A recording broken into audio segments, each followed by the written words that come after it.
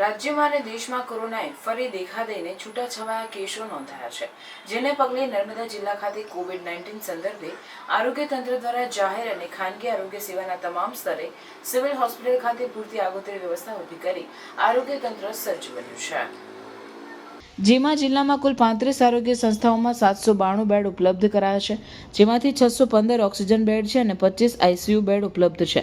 જેમાં GMERS medical કોલેજમાં 354 bed, sub district હોસ્પિટલમાં 150 બેડ, કોમ્યુનિટી હેલ્થ સેન્ટરમાં 120 બેડ, પ્રાથમિક આરોગ્ય કેન્દ્રમાં 162 અને અર્બન હેલ્થ સેન્ટરમાં 6 બેડની સુવિધા ઉપલબ્ધ કરવામાં આવે છે. નોંધનીય છે કે ઓક્સિજન પ્લાન્ટ અને ઉપકરણોની ઉપલબ્ધતા વિશે માહિતી મેળવીએ તો 12 PSA plant, 12 oxygen tank, 822 jumbo cylinder, 131 ventilator, 299 oxygen concentrator, 4 HFNC machine, 3 micro infusion pump, 43 multipara monitor, 1 portable suction machine, 2 electric suction machine, 1 portable X ray machine ઉપલબ્ધ કરી તૈયાર રાખવામાં આવ્યા છે. GMERS medical college Rajpipla, SDH Garudeshwar અને દેડિયાપાડા ખાતે RT-PCR લેબોરેટરીની ઉપલબ્ધતા તેમજ 2660 triple level mask, 4898 N95 mask, 9518 PPE kit, 2550 cap ઓસ્લેટા મિવીર, 75 મિગ્રા 1850, ઓસેલ્ટા મિવીર 45 મિગ્રા, 2210 ઓસેલ્ટા મિવીર 30 મિગ્રા, 46 ઓસેલ્ટા મિવીર syrup, 500 VTM kit અને 300 એન્ટીજેન કિટની સુવિધા પણ ઉપલબ્ધ કરવામાં આવે છે. નર્મદા જિલ્લા આરોગ્ય તંત્ર તમામ સ્તરે કોવિડ-19ની સંભવિત પરિસ્થિતિને પહોંચી વળવાને લઈને સંપૂર્ણ રીતે સજ્જ અને તૈયાર હોવાનું નર્મદા જિલ્લા આરોગ્ય તંત્રએ જણાવ્યું છે.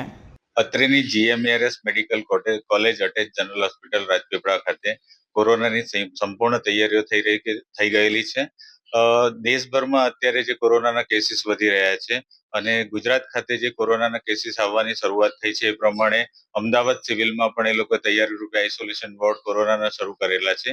એ જ પ્રમાણે નર્મદા જિલ્લામાં પણ અમે એક આઇસોલેશન વોર્ડ ઉભો કરી દીધો છે. દવાના સ્ટોક સાથે અમે સજ્જ છીએ. અમારી પાસે 5 ઓક્સિજનના પ્લાન્ટ છે, PPE કિટ, N95 માસ્ક અને ટેસ્ટિંગ રિલેટેડ બધા ટેસ્ટ અહીંયા ઇન હાઉસ અવેલેબલ છે અને એ રીતે અહીંયા GMERS college attach general hospital Rajpipla સંપૂર્ણ સજ્જ છે. તદુપરાંત આ નર્મદા જિલ્લામાં આવેલા 5 તાલુકા પ્લેસ ઉપર પણ આઇસોલેશન વોર્ડ અને બધી તૈયારીઓ સાથે બધી સબ ડિસ્ટ્રિક્ટ હોસ્પિટલ અને CHC હોસ્પિટલ પણ સજ્જ છે. આપણા ત્યાં 30 બેડની વ્યવસ્થા થયેલ છે. ના, અત્યારે કોઈ પણ કેસ નોંધાયેલો નથી કે કોઈ સસ્પેક્ટેડ કેસ પણ આપણા જિલ્લામાં છે નહીં.